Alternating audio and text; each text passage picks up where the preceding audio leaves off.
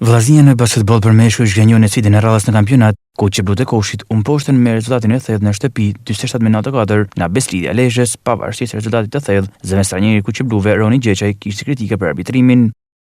Ishte një ditë jo për ekipin ton, ne që filluam me lojën në mënyrën më të keqe të mundshme, edhe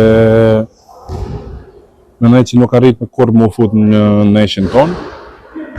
Normalisht na prit me një neshë komplet tjetër nga lojtarët tonë, po nganjëherë loja nuk shkon ashtu siç mendon. Përgëzimi i ekipit të Beslidjes, pavarësisht se në kampin ton duhet të analizojmë pjesën e humbjes së neshës edhe mënyrën e keqe të lojës që zhvilluam ditën e sotme, por do të theksoj edhe mënyrën jo të drejtë të arbitrimit për të disa herë ndaj ekipit ton, edhe me një shpërfillësi nga treshja e arbitrave, disa teknik, disa faula të pavëna, faula shumë thjeshta dhënë nga për ekipin e Beslidjes.